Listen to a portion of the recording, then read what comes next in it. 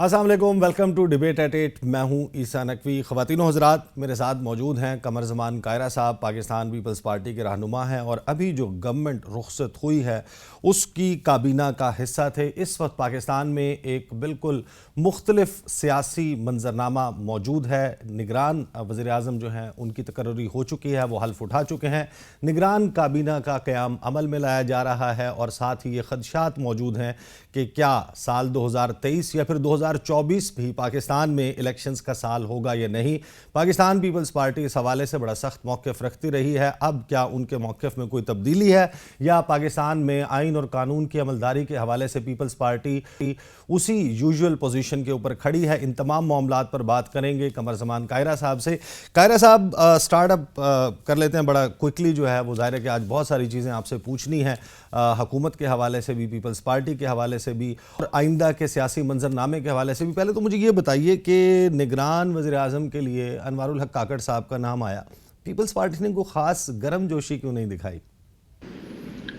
कोई सरमरी भी नहीं है, कोई गर्मजोशी भी नहीं है, कोई ऐसा भी नहीं। हमने सबने अप्रिशिएट किया है, हमारे तर्जमान ने भी किया है और ये इसी तरह ही होता है। कुछ बहुत ज्यादा वेलकम वाला माहौल होता भी नहीं है। काकड़ साहब एक अच्छे आदमी हैं, शरीफुल नफ्स हैं, पढ़े लिखे आदमी हैं, चीजों को समझते हैं और सब लोगों ने अप्रिशिएट किया। आप लोगों ने एक कमेटी बनाई, उस कमेटी में मुख्तलिफ नाम डिस्कस कर आपने, मुख्तलिफ नाम सामने भी आते रहे कि इस शख्स का नाम जो है वो हमने नाम सुने भी, आपने भी सुने। तो काकड़ साहब का नाम हमारी इत्तला के मुताबिक आप लोगों ने तो डिस्कस ही नहीं किया। मेरे इल्म में तो है ही नहीं जी कौन कौन सा नाम था, क्योंकि जो नाम थे वो भी मफरूजों पे मबनी थे। किसी जमात की तरफ से कोई लिस्ट, कोई फहरिस्त फराहम नहीं की गई थी कि ये नाम है। किसी जमात ने सर्टिफाई भी नहीं किया था। मेरी जमात की हद तक मेरे इल्म में नहीं है। हाँ, मेरी जमात की तरफ से कुछ नामों का इजहार किया गया कि ये पीपल्स पार्टी के प्रपोज नेम्स है। हालांकि ख्वाजा आसिफ साहब ने ये भी कहा कि जो नाम आप मीडिया में ले रहे हैं इन नामों में से वो नाम नहीं है। तो इस तरह की बातें चलती रही दोनों तरफ से, मीडिया में स्पेकुलेट होता रहा। हमारे भी जो लोग कमेटी के मेंबर्स थे वो हमारे साथ शेयर नहीं कर रहे थे। और मेरा ख्याल ये है इसाक के इस वक्त पाकिस्तान के अंदर बहुत सारी रियलिटीज हैं, उनको साथ रखते हुए आगे बढ़ने की जरूरत है। जो नाम आया है, पहला काम हमें ये करना चाहिए, ये देखते हुए कि क्या वो नाम दुरुस्त है, क्या उसके अंदर ये टैलेंट और सलाहियत है कि वो ये काम, ये ओहदा निभा सके, और फिर उसको सपोर्ट करना चाहिए, कोशिश करनी चाहिए। टोल लगाना सहाफत का काम है, बिल्कुल करनी चाहिए, लेकिन हमारे यहाँ बहरहाल बहुत सारी सदाकतें मौजूद हैं।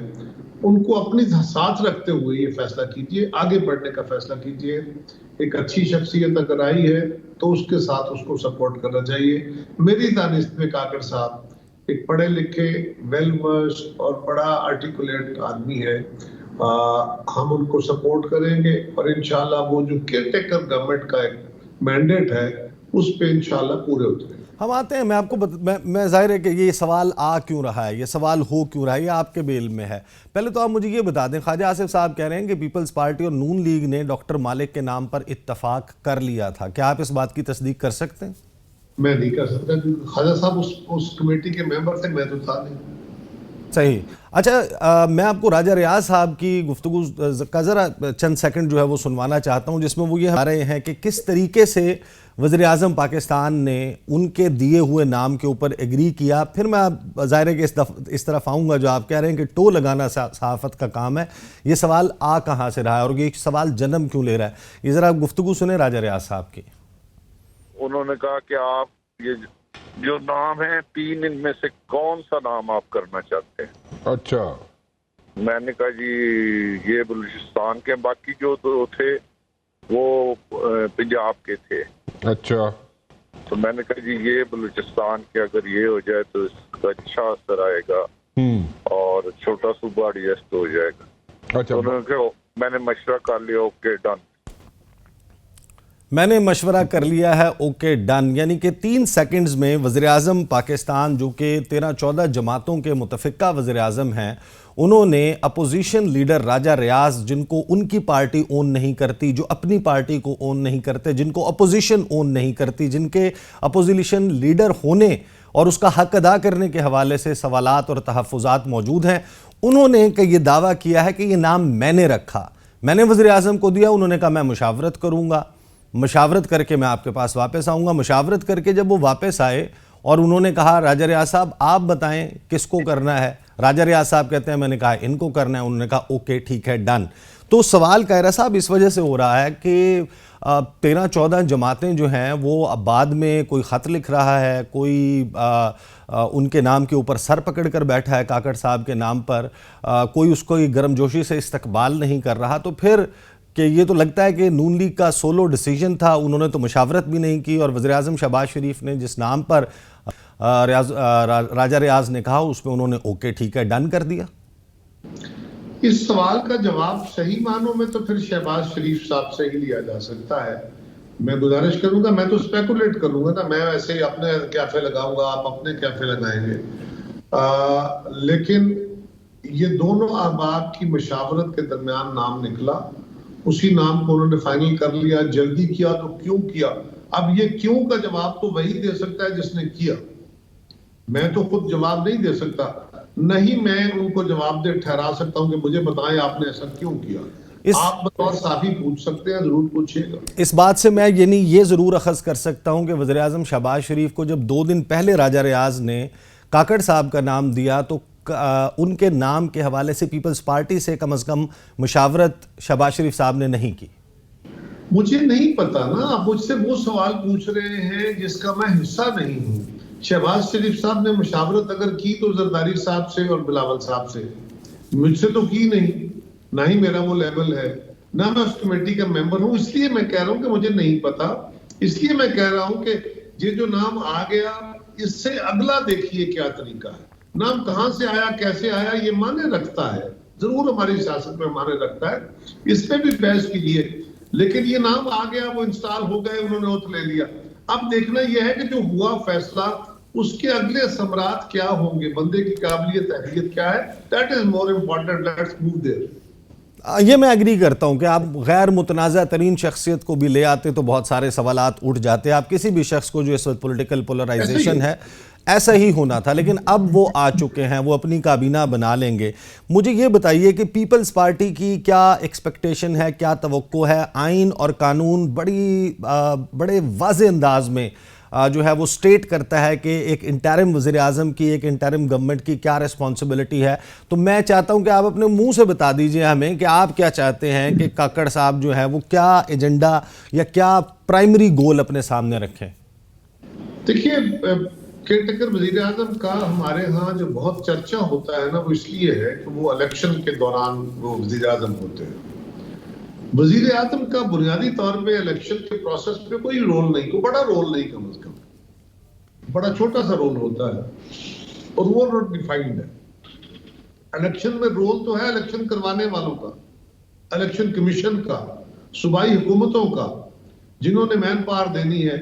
और अगर सूबाई हुकूमतें भी इंडिपेंडेंट हों और केयरटेकर बनी हों और मरकज के अंदर भी एक केयरटेकर गवर्नमेंट आए और किसी एक जमात की गिरफ्त ना हो, यानी अगर मरकज में एक वज़ीर-ए-आज़म एक जमात के बैठे हों और उसी जमात की सूबाई हुकूमतें भी हों, 1 या 2 या 4 सूबों में, तो वहां तो वज़ीर-ए-आज़म का होल्ड होता है और वो मैनेज कर सकते हैं और वो उनका हुक्म चल सकता है। ऐसी सूरत में तो ये सूबों में भी बड़ा असरअंदाज नहीं हो सकते। लिहाजा असल रोल तो इलेक्शन कमीशन का होगा। इनसे तवक्को यह है कि जो इलेक्शन कमीशन इनसे मुआवनत मांगे ये उनको फराहम करें और जो हमने मुआहदे किए हुए हैं इस दौर के अंदर, इसमें बड़े अल्लाह ताला करे कैसे वो बड़े चैलेंजेस ना आए। इन चैलेंजेस अगर जो कोई आते हैं तो वो तहम्मुल अपने तदब्बर के साथ और मुशावरत करके वो बेहतर फैसले करें और जो हमारे मुआहदे हैं, जो हमने अहद किए हुए हैं दुनिया के साथ भी, आलमी मालियाती इदारों के साथ भी, उनको आगे निभाने की कोशिश करें। अगर मुश्किल फैसले भी करने पड़े तो जरूर लें, ताकि चीजें आगे बढ़ सके, पाकिस्तान बेहतरी की तरफ जा सके, यही उनसे तवक्को की जाती है। सही कायरा साहब, आइन और कानून, उसका जो स्पिरिट है, उसकी जो रूह है, वो बड़ी वाज़ेह है इस हवाले से कि जो केयर टेकर हुकूमत है या वज़ीर आज़म है, उसका काम डे टू डे अफेयर्स को देखना है। नए मुआहदे शायद करने का इख्तियार उसके पास उस तरीके से नहीं है, या जो कम अज़ कम इर्रिवर्सिबल डिसीजन हो जिसको आने वाली हुकूमत वापस ना ले सकती हो, ऐसे फैसले नहीं कर सकती। तो अगर काकड़ साहब जो हैं वो अपने इस मैंडेट से हटते हैं और उनका जो 1 पॉइंट एजेंडा होना चाहिए कि पाकिस्तान में ऐसे साफ शफाफ और गैर जानिबदार इलेक्शंस हों जो पाकिस्तान के तमाम पॉलिटिकल स्टेक होल्डर्स के लिए काबिल कबूल हों, अगर वो इससे हटते हैं तो आप उसको किस तरीके से रिएक्ट करेंगे? मेरा ख्याल है उनसे तवक्को ये करनी चाहिए, दुआ करनी चाहिए, कोशिश करनी चाहिए, नजर रखनी चाहिए कि वो ना हटे। उसके ऊपर स्पेकुलेट करके अपने जवाब नहीं देने चाहिए। हाँ, अगर ऐसा वक्त आया तो हमारे पास माजी में जो कुछ हुआ उसके भी शवाहिद मौजूद हैं और उसके ऊपर रिएक्शन भी मौजूद हैं, आइंदा भी रिएक्शन होंगे।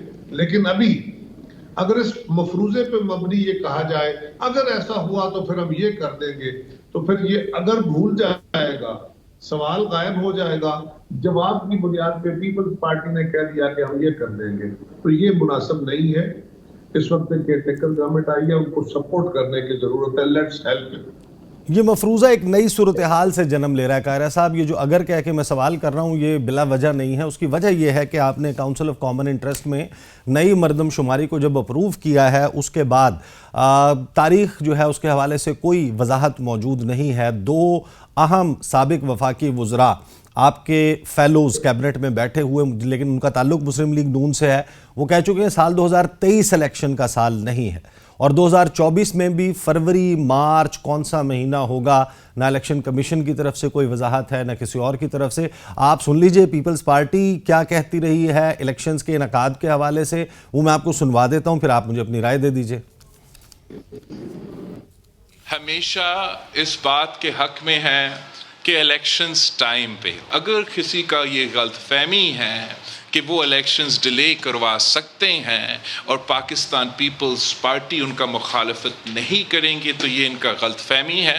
हम आज भी समझते हैं कि हिम्मत पकड़े, अगर आप इलेक्शन से भाग रहे हो तो कोई इलेक्शन नहीं जीत सकता। इलेक्शन के लिए तैयारी पकड़े। पाकिस्तान पीपल्स पार्टी इलेक्शन के लिए तैयार है। हम समझते हैं कि इलेक्शंस टाइम पे होना चाहिए।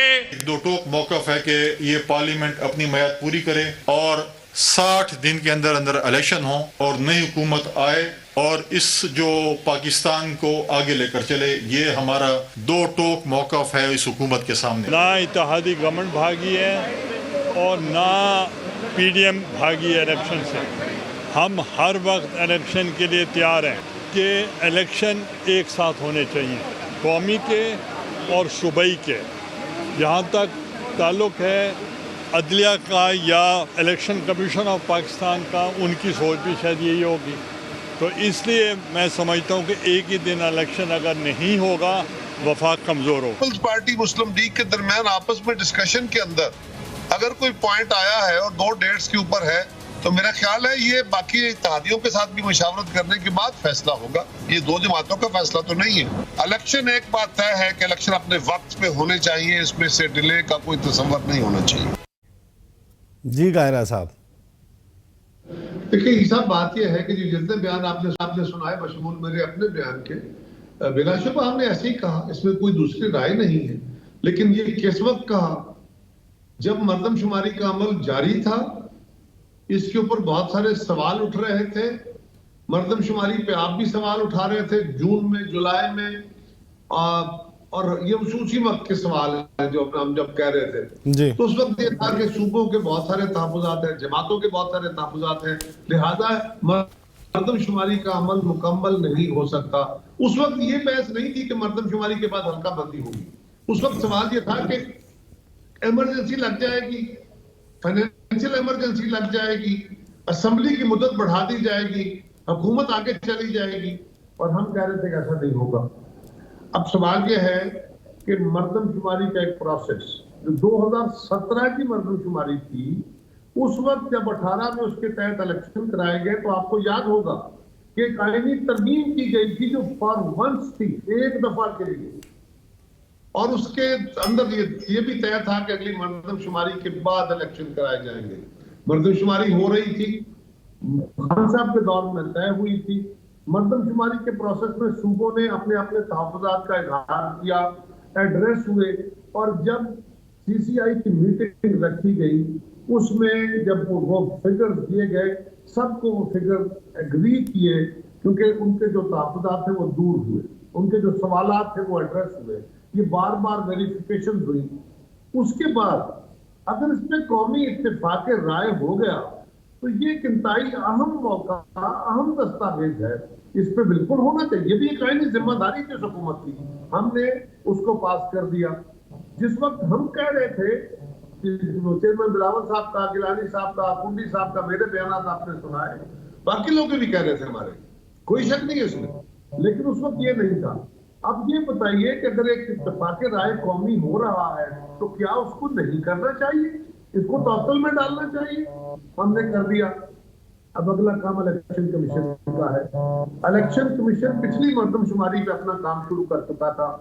अब मसला ये है कि ठीक है, इससे सूरत हाल पैदा हुई, 2 क्लासेस हैं आइन की, 2 आर्टिकल्स हैं आइन के, उन आर्टिकल्स का आपस में तसादुम हो गया, एक पे अमल करते हैं तो दूसरा हिट होता है। अगर मर्दमशुमारी के तहत नई हल्काबंदियां नहीं करते तो फिर हिट होते हैं, अगर 90 डेज के इलेक्शन की तरफ जाते हैं फिर हिट होते हैं, दोनों एक दूसरे के दरमियान रास्ते में आ रहे हैं, तो क्या किया जा सकता है? सही, यही तो सवाल है कि जो आइन की ये 2 शिकें जिनका आप मेंशन कर रहे हैं, इनके दरमियान तसादुम बाकायदा करवाया गया है, और ये इस वजह से मैं कह रहा हूं कि जो काउंसिल ऑफ कॉमन इंटरेस्ट, आप ये कह रहे हैं जी कि हमें कौमी तसादुम कराना चाहिए था, कौमी इत्तेफाक राय तोड़ देना चाहिए था, 2017 वाली कैफियत में जाना चाहिए था, 2018 में जो आईनी तरमीम करके इलेक्शन कराया गया था उसकी वायलेशन करनी चाहिए थी। ये सवाल इस जी मैं समझ गया। मैं आपको बताता हूँ ये सवाल क्यों आया। ये सवाल इस वजह से आया कायरा साहब के आइन का आर्टिकल 153 जिसके तहत काउंसिल ऑफ कॉमन इंटरेस्ट बनाई जाती है, जिसके चेयरमैन वज़ीर आज़म पाकिस्तान हैं, 3 वफाकी वज़रा हैं और 4 सूबाई वज़राए आला उसमें शामिल हैं। इन्होंने मेजॉरिटी बाय मेजॉरिटी डिसीजन लेना है। 3 महीने में इसका एक इजलास होना लाजमी है। 3 महीने के अंदर वज़ीर आज़म के आने के बाद ये बन जानी चाहिए। 16 माह में सिर्फ एक मरतबा इसको जाते जाते बुलाया गया, जिसकी इंटेंट यही नजर आती थी कि 2 निगरान वज़राए आला जिनके पास जमहूरी तौर पर इलेक्टेड मैंडेट मौजूद नहीं है 2 बड़े सूबों का, उनको बिठाकर ये फैसला करवा लिया गया। और इसके ऊपर जाहिर है कि ये इर्रिवर्सिबल है। अगर पीपल्स पार्टी चाहती और ये तसादुम ना हो, ये ग्लिच पैदा ना हो, तो बड़े आराम से पीपल्स पार्टी के केयरटेकर जो उनके सीएम हैं मुराद अली शाह, वो इस पर दस्तखत ना करते, इसको भेज देते। 2017 की मर्दमशुमारी को चैलेंज करके 2018 में जो आईनी तरमीम करके ये तय हुआ था कि इस मर्दमशुमारी को आर्जी तौर पर तस्लीम करते हैं और अगला इलेक्शन एक नई मर्दमशुमारी के बाद फिर कराया जाएगा, फिर उसकी वायलेशन ना होती, उस कौमी फैसले की वायलेशन ना होती। इस मुबाहिसे में जाएंगे तो इतने वाहमे पीछे चलते चले जाएंगे कि हमारे रास्ते में बेशुमार हम आ जाएंगे। सही। कायरा साहब मुझे ब्रेक लेनी है, आप अपनी बात कंटिन्यू कीजिएगा। मुझे ब्रेक लेनी है, मैं फौरन वापस आ रहा हूं। ब्रेक के बाद आप अपनी बात बिल्कुल कंटिन्यू कीजिएगा। ब्रेक के बाद कायरा साहब से ये भी पूछेंगे कि इस हवाले से और जो कानून साजी हुई है उसके हवाले से तो पीपल्स पार्टी के अंदर भी राय मुनकसिम है, तकसीम शुदा, उसकी वजह क्या है, बात करते हैं आफ्टर द ब्रेक।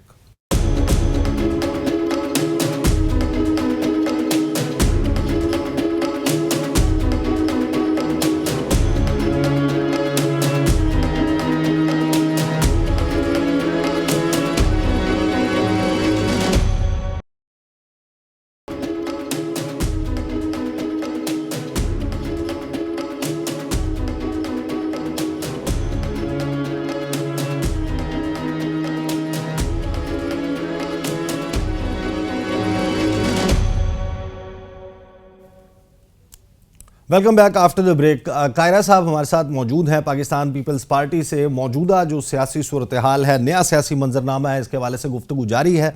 ब्रेक से पहले कायरा साहब आप गुफ्तगू कर रहे थे, मैं चाहता हूं कि आप उसको कंक्लूड कर लें तो फिर मैं आपसे सवाल करता हूं।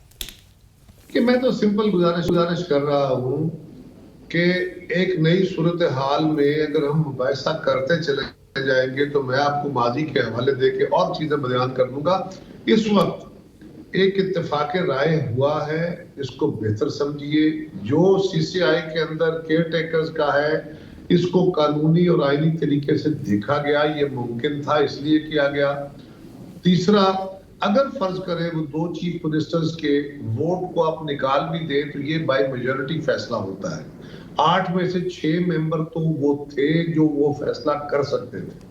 लिहाजा ये जो जितने इसमें मुबाहिसे हैं ये इल्मियत के हवाले से तो हो सकते हैं, लेकिन इसमें टेक्निकली या लीगली कोई हिच नहीं थी।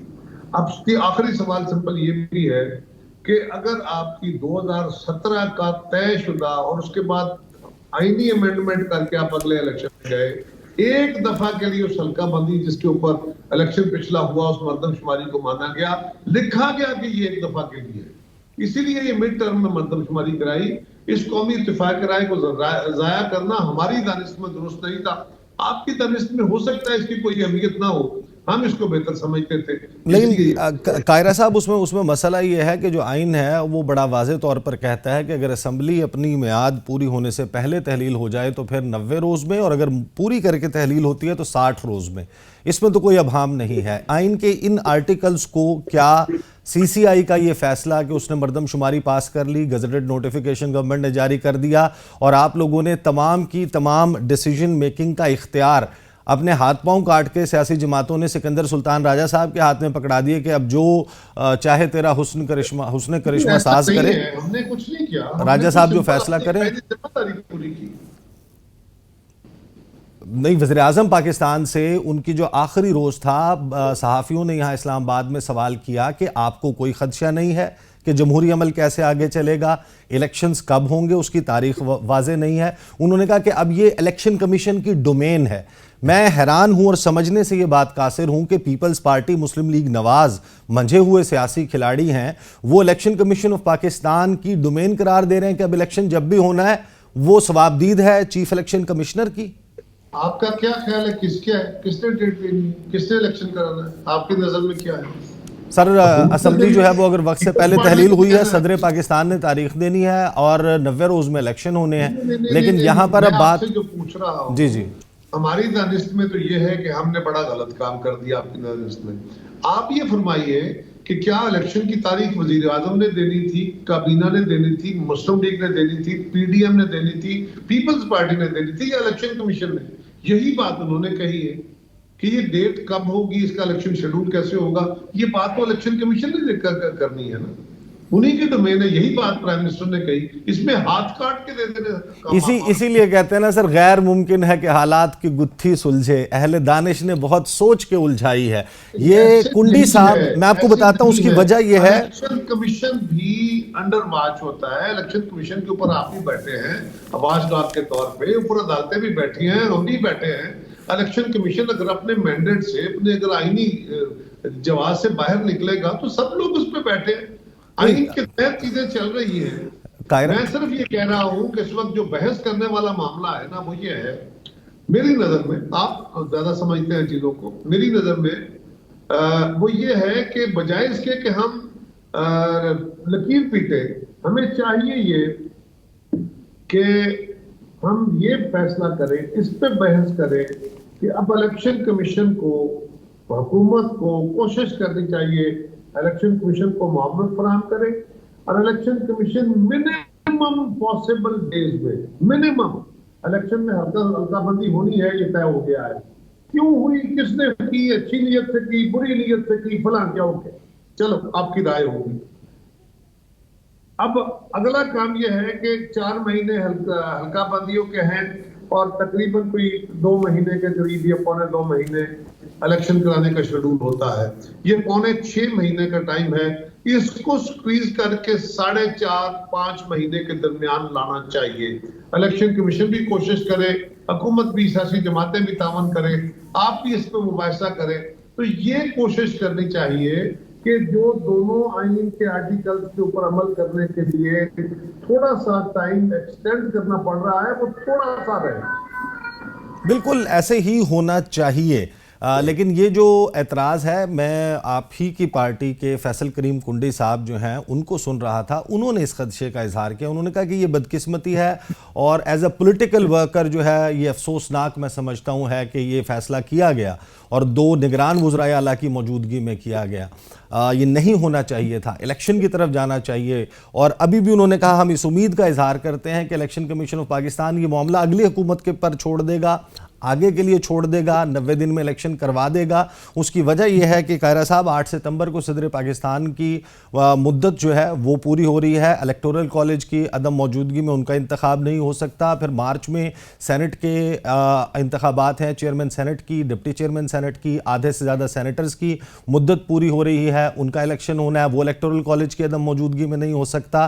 तो ये एक ऐसा आइनी बहरान जन्म लेगा जिस पर यहाँ पर इस्लामाबाद में पूरे पाकिस्तान में बैठे हुए लोग वो इस बात पर इसी वजह से सवालात उठा रहे हैं कि जो राजा रियाज साहब ने फरमा दिया था कि या तो इलेक्शन नवंबर में होंगे या 2 साल भी नहीं होंगे, और अगर 10 साल भी नहीं होते तो उन्हें कोई फर्क नहीं पड़ता। ये यहाँ से सारा स्टार्ट हुआ है। बहुत दूर की कौड़ी मिला रहे हैं, ऐसा नहीं है। अर्ज ये है कि आप तो मार्च के आगे जा रहे हैं। हाँ जी, हाँ जी, यही खदशा है जिस पे जा रहे हैं। आप इस क्याफे पे पूरा आर्गुमेंट खड़ा कर रहे हैं। मैं इस क्याफे को मानता ही नहीं। मैं तो कहता हूं कि अगर आपको खदशा भी है तो बहस मत करें इस पे, इसलिए कि मैं तो खड़ा ही इस बात पे हूं कि मिनिमम पॉसिबल लैप जो टाइम का है उसमें इलेक्शन कराना चाहिए। बेहतरीन हो गया। इस आगे नहीं जाता। एक मिनट जी जी। और जो सदर पाकिस्तान का इशू है, सदर पाकिस्तान के लिए भी अगर इलेक्टोरल कॉलेज नहीं है, और ये किसी की चॉइस नहीं है, ये कंपल्शन है, एक चॉइस के तहत आज जो सूरत हाल है शायद सियासी जमातों को ये सूट करता है कि जल्द इलेक्शन हो जाए, लेकिन सदर पाकिस्तान का ऑफिस अगर खाली नहीं होगा, अगर सदर साहब का इलेक्टोरल कॉलेज मुकम्मल नहीं होता तो अगले सदर के आने तक जो फरवरी में इलेक्टोरल कॉलेज मुकम्मल हो जाएगा, जनवरी में हो जाएगा, तवक्को तो यही करनी चाहिए ना। उससे बियॉन्ड जाने की कोई रीजन नहीं है। यानी फर्ज करें ऐसा ही है कि 4 महीने रह जाते हैं और उससे आगे 54 दिन या 55 दिन इलेक्शन के होते हैं, तो फिर भी 5.5 महीने बनते हैं ना यार। उससे आगे 8 महीने कौन ले जाएगा, कैसे ले जाएगा? अच्छा, ये फिर हमें, मेरा ख्याल है कि आपको और मुझे मिलके कुंडी साहब को जो है इस पे कन्विंस करने की जरूरत है। आप हमारा मसला हल कर दें। आप गुजारिश कर दूं, एक और भी आपकी नजर कर दूं। कुंडी साहब एक मेरे लिए मेरे भाई हैं, मेरी पार्टी के तर्जुमान है। उनकी एक जाती राय थी, जमात की तरफ से चीफ मिनिस्टर सिंध वो वहां मौजूद थे बतौर मेंबर, मैं वहां मौजूद था जमात की तरफ से बतौर स्पेशल इनवाइट। हम 2 बंदे पीपल्स पार्टी के बैठे हुए थे, हम मैंडेटेड थे। सो ये तो नहीं है ना कि मेरी जमात ने का मैंडेट नहीं था और जमात ने उसको राय को एक्सेप्ट नहीं किया, या हमारी राय के खिलाफ आपको फैसला होगा, ऐसा नहीं है। सही। आप चलें आप मामले को थोड़ा सा आसान कर लेते हैं। आसिफ अली जरदारी साहब लाहौर में मौजूद थे, उन्होंने एक प्रेस कॉन्फ्रेंस की, उन्होंने कहा कि मैं इलेक्शन की डेट दूंगा, जब मैं चाहूँगा तब इलेक्शन होंगे। तो आप लोग क्या प्लानिंग कर रहे हैं? जरदारी साहब कब की डेट दिलवा रहे हैं इलेक्शन की? आप ज़रा गुत्थी सुलझा दें। ईसा कुछ बातें वो होती है, आप हर बात को 2+2 में पकड़ लेते हो। सियासत में कभी अपने कारकुनों को धमकी देने के लिए कि बेटा बेफिक्र रहो, ठीक है इलेक्शन तब होगा जब मैं चाहूंगा, अगला इलेक्शन हम जीतेंगे, बेफिक्र रहो, ये हौसले की बातें होती है। हर बात को उस पे उसके रेफरेंस टू द कॉन्टेक्स्ट को छोड़ के हम उस पे से पिक करके अगर बातें करेंगे तो चलेगी नहीं। ये जनरली अपने कारकुनों से बातें करते हुए या अपने साथियों से कप लगाते हुए सही तो देना है इलेक्शन कमीशन ने, और उसका एक गिवन मैंडेट है, उसके अंदर देना है। सही। कायरा साहब, मुझे ये बताइए कि ये जो एक पाकिस्तान में डिफरेंट किस्म का सियासी मंजरनामा था, एक ख़ास ज़रूरत के तहत एक अम्ब्रेला के नीचे ये सियासी जमातें इकट्ठी हो गई, जिनका ना सियासी किबला मिलता है, ना सियासी मंशूर मिलता है, ना सियासी फ़लसफ़ा मिलता है, ना माजी मिलता है, ना सोच मिलती है। पीपल्स पार्टी, मुस्लिम लीग नवाज़ राइवल्स रहे हैं, ये इत्तेहाद में बैठे हुए में नज़र आए। पीडीएम जो बनी उसमें शामिल जमातें, उनका भी मौक़िफ़ कभी एक जैसा नहीं रहा। अब जब हुकूमत ख़त्म हो गई है, आप लोग अपनी अपनी कॉन्स्टिट्यूंसीज़ में वापस जा चुके होंगे, इस पे पहले तो मुझे बताएं इसका मुस्तकबिल क्या है, ये जो आपका इत्तेहाद और इत्तफाक हमने देखा? इससे पहली बात तो ये है कि इस बात को करेक्ट कीजिए पाकिस्तान में जितने भी इत्तेहाद बने वहां एक दूसरे के मुतसादिम ख्यालात की जमातें ही बैठी थी। वो जो इत्तेहाद भुट्टो साहब के खिलाफ बना था, वहां क्या सारे इत्तेफाक राय वाले थे? MRD बनी थी तो क्या सारे इत्तेफाक राय वाले थे? वहां तो वो भी थे जो भुट्टो साहब के खिलाफ तहरीकें चलाने वाले थे, पीपल्स पार्टी भी थी। जब ARD बनी थी तो क्या सारे इत्तेफाक राय वाले थे? हम ख्याल थे। जब हमने परवेज मुशर्रफ के खिलाफ सारा कोई तहरीक चलाई थी तो हम ख्याल थे। जब हम 2008 में हमने हुकूमत बनाई और हम और मुस्लिम लीग इकट्ठे चले तो हम ख्याल थे।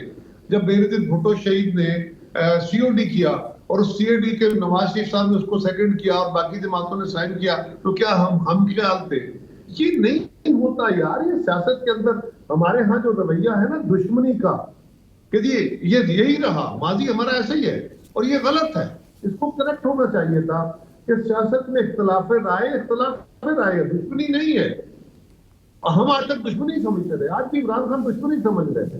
तो हम समझते हैं कि हमने एक गिवन सर्कमस्टांसिस में और सारी दुनिया के अंदर मुखालिफ जमातों के दरमियान ही इत्तेफाक राय बनते हैं।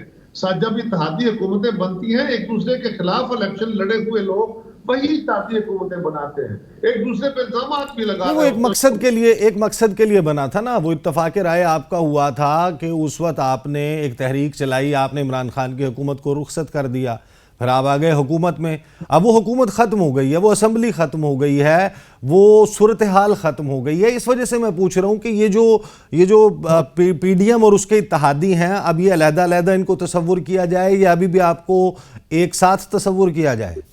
अभी मैं इसके बारे में हतमी तौर पर, मेरी पहली बात यह है कि मेरी जमात उस इत्तेहादी हुकूमत का हिस्सा थी जो खत्म हो गई। जी हाँ, यही now coming to the point, मैं बिल्कुल आपकी बात समझ गया। ये बात इस वजह से हो रही है कि हमने देखा एक प्रेस कॉन्फ्रेंस की राना सनाउल्लाह साहब ने, उन्होंने कहा मैं पंजाब का चीफ मिनिस्टर सदर हूँ मुस्लिम लीग नवाज का, 297 हल्के में मैंने शेर का निशान देना है, किसी कॉन्स्टिट्यूएंसी को अनकंटेस्टेड नहीं छोड़ेंगे, 146 MNA के कैंडिडेट देंगे, कुछ सीटों पे शायद सीट एडजस्टमेंट हो जाए। लेकिन जाते जाते शहबाज शरीफ साहब ने जो इशारा दिया अपने इत्तेहादियों को, उसमें उन्होंने कहा कि मैं अभी भी ये कह रहा हूं कि सीट एडजस्टमेंट होनी चाहिए। तो अब जब आपने अगले मरहले की तरफ बढ़ना है तो ये जो एक इत्तेहाद था, एक लूज अरेंजमेंट था या एक टाइट अरेंजमेंट था, इसमें सीट एडजस्टमेंट की पॉसिबिलिटी रिमेन्स और नो? देखिए, पहली बात तो यह है ना कि एक बात, पिछली हुकूमत खत्म हो गई, हम इत्तेहादी हुकूमत में थे, हम इत्तेहाद जो अगला था PDM तो भी कायम है ना, मुस्लिम लीग और JUI और बाकी जमातें PDM का हिस्सा है, हम नहीं है। और हम अगर चाहेंगे, हम कोशिश करेंगे तो ये देखना यह है कि हमारी कौमी जो क़यादत है वो बैठ के आपस में फैसला करेगी। अगर हम समझते हैं, मुस्लिम लीग समझती है, बाकी जमातें समझती हैं कि हमें आपस में मिल के अगले इलेक्शन की तरफ जाना चाहिए, बिस्मिल्लाह। अगर अपनी सिंबल पे, अपनी जगह पे इलेक्शन लड़ना है तो भी बिस्मिल्लाह। लेकिन एक बात तय करनी चाहिए कि हमें रूल्स के अंदर रह के पॉलिटिक्स करनी है। हमने एक दूसरे के ऊपर मडस्लिंगिंग करके उसकी टांगे खींच के नहीं, बल्कि अपनी कारकर्दगी को, अपने ख्यालात को, अपने मंशूर को लोगों के सामने रख के लोगों से वोट मांगने हैं। और हम आज इत्तेहाद में इलेक्शन लड़ सकते हैं या कल अपना इलेक्शन लड़के फिर भी इस मुल्क को आगे ले जाने के लिए इत्तेहादी हुकूमतों की जरूरत है, ताकि इत्तेफाक राय के फैसले हों जिनको सब लोग तस्लीम करें। अगर खींचातानी के फैसले हुए मुल्क के लिए और लीथल हो।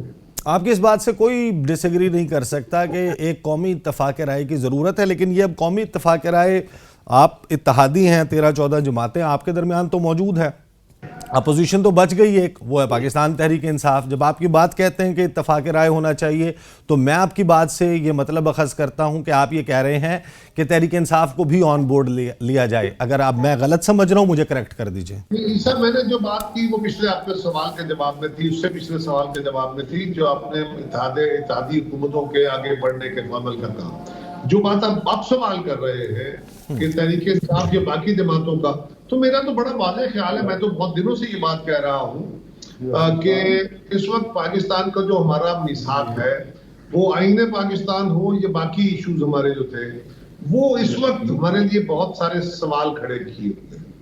हमने इस वक्त देखना यह है कि जो पाकिस्तान का मुकदमा था, पाकिस्तान ने इस वक्त 2023 में भी एक 2023 में sorry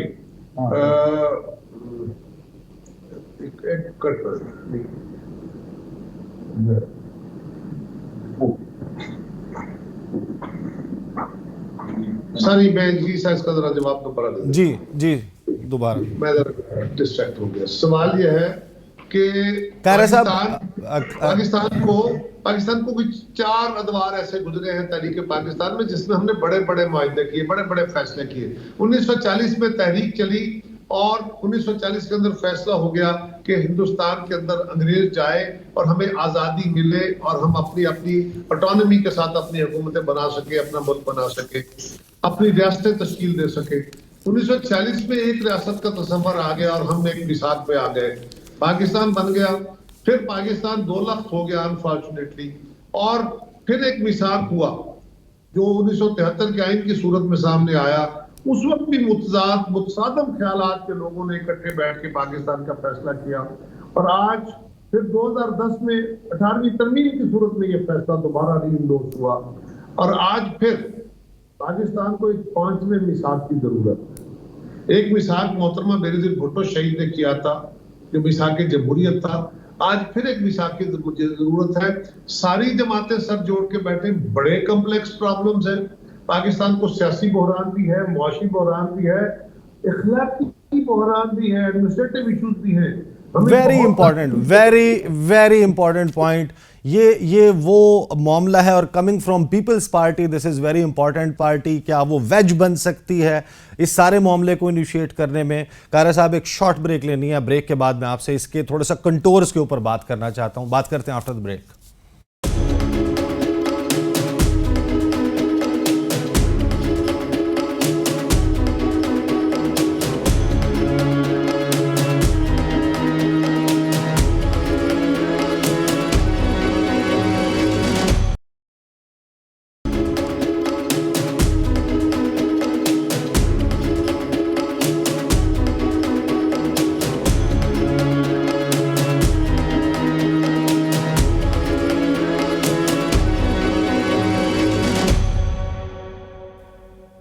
welcome back after the break. बहुत ही अहम बात सामने आ रही है। पाकिस्तान पीपल्स पार्टी के रहनुमा कमर ज़मान कायरा साहब मेरे साथ मौजूद हैं। अभी उनकी ज़ाती इंडिविजुअल राय है या पाकिस्तान पीपल्स पार्टी में ये राय बाकायदा मौजूद है, और इसके हवाले से प्रैक्टिकली अमली तौर पर भी कुछ होगा कि एक 5वें मिसाक की इस मुल्क को ज़रूरत है। इस वक्त जो पॉलिटिकल पोलराइजेशन है, एक सियासत का बहरान है, इखलाकियात का बहरान है, मईशत का बहरान है, हमें पाकिस्तान के 76 साल मुकम्मल होने पर क्या बैठने की और इन तमाम मसाइल के ऊपर संजीदगी से गौर करने की ज़रूरत है। होगा कैसे होगा, इसके कंटोर्स क्या होंगे? कायरा साहब, ज़रा आई वांट कि आप अपनी सजेशन के ऊपर जो आपने बात की है, ये बड़ी ज़बरदस्त बात है, इसको ज़रा थोड़ा सा एलेबोरेट कीजिएगा। बात तो ये है, मैं कह ये रहा हूँ कि हमें फिर एक दफ़ा सियासी जमातों को, हमारे हमायदीन को, पाकिस्तान के लोगों को इकट्ठा बैठने की ज़रूरत है, और वो लोगों के सामने एक वे फॉरवर्ड लेके आए जिसमें इदारों की इनपुट भी लेनी चाहिए। और ये बात मैं आज नहीं कह रहा, ये बात मुझसे पहले मेरे बहुत सारे कायदीन कह चुके हैं, जरदारी साहब कह चुके हैं, बिलावल साहब कह चुके हैं, मियां शहबाज शरीफ साहब कह चुके हैं। मैं तो ये कह रहा हूं कि इस वक्त इस मिसाक की इसलिए भी जरूरत है कि एक बात हम करते थे और करते हैं जो बिल्कुल अपनी जगह मोहतरम बात है, और वो ये है कि डेमोक्रेटिक कंटिन्यूएशन जो होती है, जो जमहूरी तसलसल है, ये अपने रास्ते खुद पैदा करता है, ये डिफाइन करता है चीजों को। पाकिस्तान में 4 असम्बलियों ने अपनी मुद्दत पूरी की है, कंसेक्टिव 4 असम्बलियों। 2002 में बनने वाली असम्बली, 8 में बनने वाली असम्बली, 13 में और 18 में, ये 4 असम्बलियां अपनी मुद्दत पूरी कर गई। हुकूमतें जाती रही, आती रही। सही। आज अगर हम 2002 में खड़े होकर देखें कि 23 में कहां खड़े हैं, तो हम 2002 से बेहतर नहीं, ये मेरी राय है। हमें उससे बेहतर होना चाहिए था, सियासी तौर पे, वफाकी तौर पे, आइन की अमलदारी के तौर पे, इदारों का आइन के एहतराम के तौर पे, ये सारा कुछ होना चाहिए था। लेकिन मैं आज जब देखता हूं तो ऐसा मुझे नजर नहीं आता। तो इसी तरह आइन मौजूद है, आइन के ऊपर अमल हो रहा है, आइन को अदलिया भी कहती है हम आइन के मुताबिक चल रहे हैं, हुकूमत भी कहती है आइन के मुताबिक चल रहे हैं, एस्टेब्लिशमेंट भी कहती है आइन के मुताबिक चल रहे हैं, मीडिया भी कहता है, ब्यूरोक्रेसी भी कहती है, लेकिन हम आइन की रूह के तहत नहीं चल रहे, बल्कि हम आइन पे एक आइन को जवाब बना रहे हैं। कई दफा हम ये करते हैं कि देखें ना जी, आइन यही कुछ कहता है ना, तो उसकी इंटरप्रिटेशन हम इस तरह करते हैं, तो हम आइन की चीजों को आइन के मुताबिक ढालने की कोशिश नहीं करते, बल्कि आइन को हम अपनी चीजों के मुताबिक ढालने की कोशिश करते हैं। तो ये बड़ी खतरनाक सूरत है। इसके लिए कोई ट्रूथ एंड रिकंसिलिएशन कमीशन बने, जो कि मोहतरमा बेनजीर भुट्टो ने भी लिखा था, और हमें देखने की जरूरत है कि उसके साथ बैठ के माजी की गलतियों से किसी को सबक सीखने के लिए इकरार कर लिया जाए, बिल्कुल किया जाए, और बैठ के आइंदा के लिए तय किया जाए कि अगर हम इसी अरेंजमेंट के साथ चलना चाहते हैं तो फिर नहीं चलेगा। तो बुनियादी तौर पे जो आप बात कह रहे हैं, और मैं समझ रहा हूं कि एक ग्रैंड नेशनल डायलॉग प्राइमरीली बात वही है, उसको नाम आप जो भी दे दें, आप उसको किसी और उसके अंदर सारी सियासी कुव्वतों को, उसका फोरम क्या हो सकता है? उसका forum supreme court of Pakistan इसका इनिशिएट करेगी कि करेगी, कोई एस्टैब्लिशमेंट करेगी, सियासी जमातें करेंगी, या निगरान हुकूमत? सुप्रीम कोर्ट का कोई ताल्लुक नहीं। सुप्रीम कोर्ट सिर्फ अपने आइन के तहत, कानून के तहत फैसले करने की पाबंद है, आर्बिट्रेटर नहीं है, वो अपनी पंचायत नहीं लगा सकती। अच्छा, ये मामला सियासी जमातों के दरमियान डायलॉग का होता है, उन्हीं के दरमियान डायलॉग होना चाहिए, और उसका फोरम किसी जमात को या जमातों के ग्रुप को इस पे इनिशिएटिव लेना चाहिए। मैं अपनी जमात से भी बात करूंगा, मेरी जमात ने तो हर दौर में ये इनिशिएटिव लिए हैं। हमने कौमी इत्तेफाक राय पैदा करने के लिए हमेशा कोशिश की है, वो 73 का आइन हो, वो MRD हो, वो ARD हो, वो चार्टर ऑफ डेमोक्रेसी हो, हमेशा पीपल्स पार्टी ने, और इवन इमरान खान के भी, इनके अपने दौर के अंदर भी, इमरान खान के लिए भी हमने ये कोशिश की कि डायलॉग के जरिए रास्ते पैदा हो जाए, लेकिन नहीं हो सके। अनफॉर्चुनेटली खान साहब ने ही डायलॉग का वो रास्ता बंद कर दिया, वरना हम तो ये भी डेडलॉक नहीं चाहते थे कि हो। तो पीपल्स पार्टी को मैं गुजारिश करूंगा अपनी क़यादत से, अपनी जमात के साथियों से, कि हमें ये डायलॉग खोलना चाहिए। अगर मेरी जमात इस पे एग्री करती है तो यकीनन हम इस पे इनिशिएटिव लेंगे। मैं सबसे गुजारिश करूंगा, ना किसी के वजूद को हम खत्म कर सकते हैं, माजी की गई गलतियों का इकरार करना और उससे सबक सीख के आगे बढ़ने की जरूरत है, और अगर किसी ने गलत कारी की है तो वो कानून को जवाब देगा, यही करने की जरूरत है। बाकी हो सकता है ये मेरी राय जो है ये दुरुस्त ना हो, इससे बेहतर पर राय आ सके, मैं तो आपको अभी तक अपनी राय यही है। सही कायरा साहब, ये जो बिलावल साहब ने फरमाया था अपनी आखिरी तकरीर में कौमी असम्बली में, जो उन्होंने अपना फेयरवेल एड्रेस किया, उसमें जो उन्होंने गुफ्तगू की, उसका एक छोटा सा चंद सेकंड्स का पोर्शन मैं आपको सुनवाता हूँ, क्योंकि मुझे लगता है कि आपकी ये बात, जिसको हम बिलावल साहब के ज़बान से सुनकर उसका मतलब मुख्तलिफ निकाल रहे थे, शायद वो इस बात से कनेक्ट करती है। सुनवाइए जरा बिलावल भुट्टो जरदारी साहब ने क्या कहा था।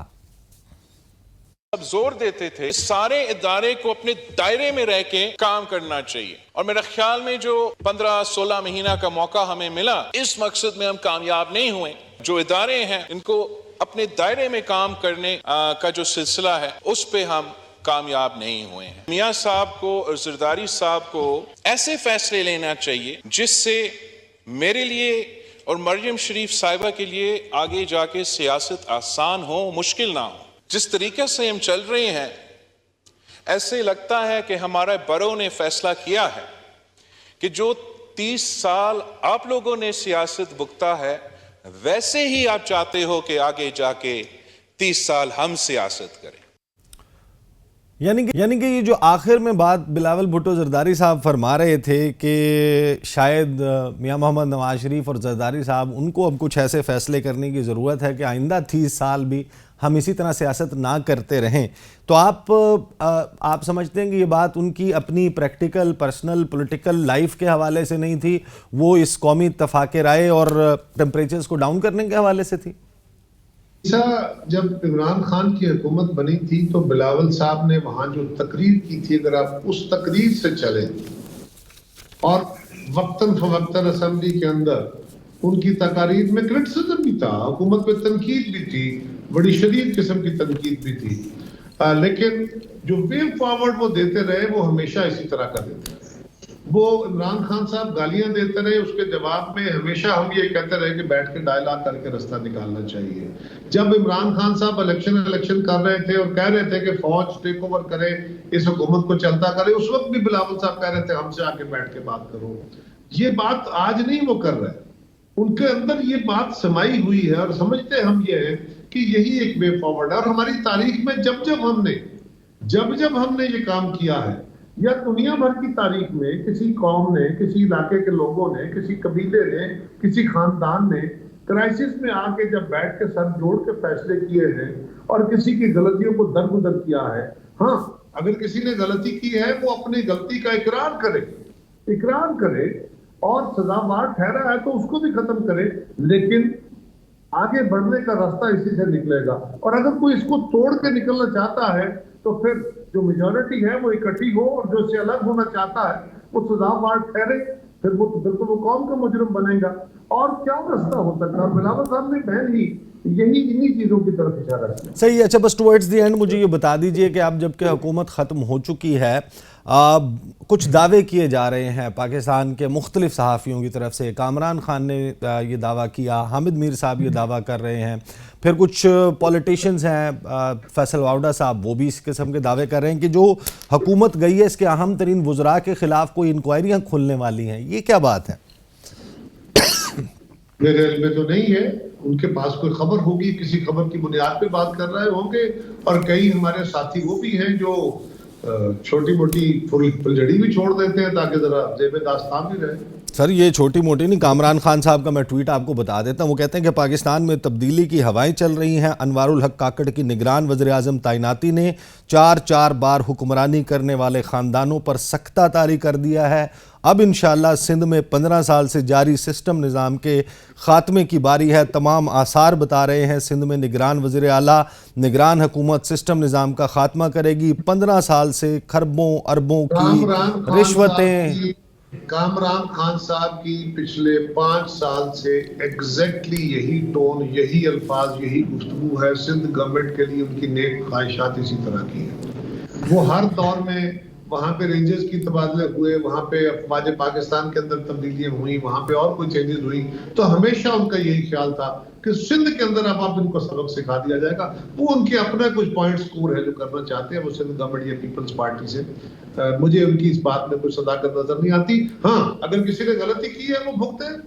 सही। तो अब निगरान जो हुकूमत आ रही है उसमें जो पहले खबरें चल रही थी कि कोई कोटा सिस्टम बन रहा है, ये जो पीडीएम का इत्तेहादी हुकूमत है इसको हिस्सा बकदर जुस्सा दिया जाएगा, एक बड़ी काबीना बनेगी, तो इस बात की आप तरदीद करते हैं? ऐसा नहीं है कि आप जमातें अपने अपने नाम नॉमिनेट कर देंगे और वो काकड़ साहब की काबीना में नजर आ जाएंगे? हमें जो नाम अभी तक सुनाई दे रहे हैं, अगर उनमें सदाकत है तो उसमें तो फिर वही बात है कि वहां तो न्यूट्रल नाम ही है, वो तो जमातों की नॉमिनेशन नहीं है। और मेरा ख्याल है छोटी कैबिनेट से काम लेना चाहिए। एक बड़ी काबीना, सियासी इत्तेहाद की जरूरत तो हो सकती है, केयरटेकर गवर्नमेंट की जरूरत तो नहीं है। सही। बहुत बहुत शुक्रिया। कमरजमान कायरा साहब हमारे साथ मौजूद थे। बहुत सारे सवालात थे जिनका जवाब अभी भी शायद हम ढूंढें। उसकी वजह जो है वो पाकिस्तान की सियासत में जो कहा जाता है कि ये मुमकिनात का खेल है, आइन में दर्ज चीज़ें उनके ऊपर वक्त आने के ऊपर अमल दरामद हो पाता है या नहीं। लेकिन एज ए नेशन 76 साल गुजरने के बाद हमें अब इतना ग्रो अप हो जाना चाहिए कि ये सियासी जमातें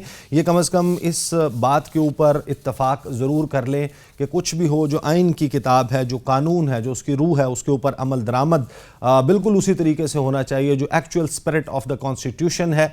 ये सवाल बहरहाल मौजूद रहेगा कि अगर इस्तेहकाम लाना है तो तमाम पॉलिटिकल स्टेक होल्डर्स को इकट्ठा बैठने की ज़रूरत है। और आज इंटरव्यू में पाकिस्तान पीपल्स पार्टी की तर्जुमानी करते हुए कमरजमान कायरा साहब ने बहुत इंपॉर्टेंट बात की है। और ये बात उन्होंने कहा कि मेरी ज़ाती राय नहीं है, ये ऑफ द कफ बात नहीं है, ये इस वक्त बाकायदा डिस्कशन मौजूद है पाकिस्तान की पॉलिटिकल पार्टीज़ में कि एक ट्रूथ एंड रिकन्सिलिएशन कमीशन कह लीजिए या फिर ये कह लीजिए कि एक ऐसा जो है वो सिलसिला जिसको ग्रैंड नेशनल डायलॉग कहा जा सकता है वो तमाम स्टेक होल्डर्स के दरमियान शुरू हो। क्या ऐसा हो पाएगा या नहीं, ये कोई ज़्यादा लंबी बात नहीं है, आने वाले दिनों में हम देखेंगे।